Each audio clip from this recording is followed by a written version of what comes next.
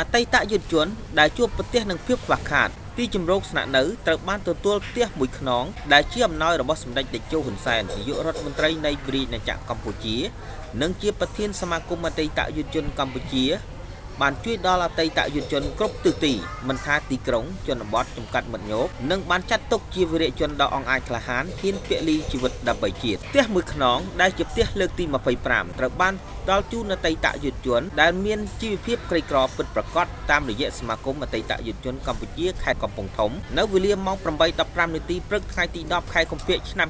2017ដឹកនាំដោយឯកឧត្តមសេនីយ៍ត្រីសោមសុនមេបញ្ជាការតំបន់ប្រតិបត្តិការសឹកគ្រោងកំពង់ធំនិងជាប្រធានសមាគមអតីតយុទ្ធជនខេត្តរួមជាមួយនឹងសហការីបានប្រកបផ្ទះថ្មីជូនអតីតយុទ្ធជនជាជនពិការឈ្មោះខោលឈឹមអាយុ62ឆ្នាំមានកូន5នាក់នៅក្នុងបន្ទុកក្នុងនោះបួសជាព្រះសង្ឃមួយអង្គបច្ចុប្បន្នរស់នៅភូមិវយាវឃុំត្រពាំងរិស័យស្រុកកំពង់ស្វាយខេត្តកំពង់ធំដែលបានចំណាយថវិកាក្នុងការសាងសង់អស់ទឹកប្រាក់ 4,680,000 រៀលលោកខោលឈឹម